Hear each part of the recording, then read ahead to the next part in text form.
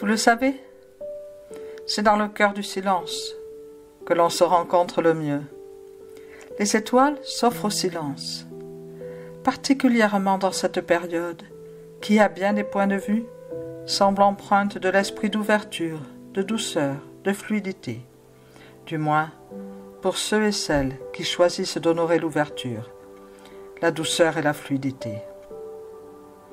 Certains parleraient de périodes auspicieuses. Nous disons que chacun crée l'aspect auspicieux de la période par son regard et son positionnement. Elle est belle, cette terre, qui précipite la possibilité de retour vers le simple et le divin. La base, vous le savez, reste d'honorer le silence. Et honorer, c'est incarner, sans choisir en aucune manière de s'approprier quoi que ce soit. Et au contraire, en ramenant tout à sa source et en se définissant comme étant le dévot du silence, le dévot, la dévote de la joie infinie. Ne jamais laisser les circonstances paraître austères, les transfigurer par le choix inconditionnel d'honorer la joie. Pour ceux et celles qui honorent la joie inconditionnellement, la joie est précipitée. Être écoute de ce chant magnifique d'union qui concrètement unit les étoiles, les planètes, les galaxies, et rendre hommage à tous ces points d'ancrage placés par les civilisations d'harmonie, accompagnant la Terre et l'humanité dans ce grand retour à la famille et lumière. Osez aller toujours plus loin, toujours au-delà. Il n'y a aucune limite pour l'être humain. Littéralement, il n'y a aucune limite pour l'être humain, ni au niveau de sa structure corporelle, ni au niveau de son cœur, de son cerveau, de ses émotions.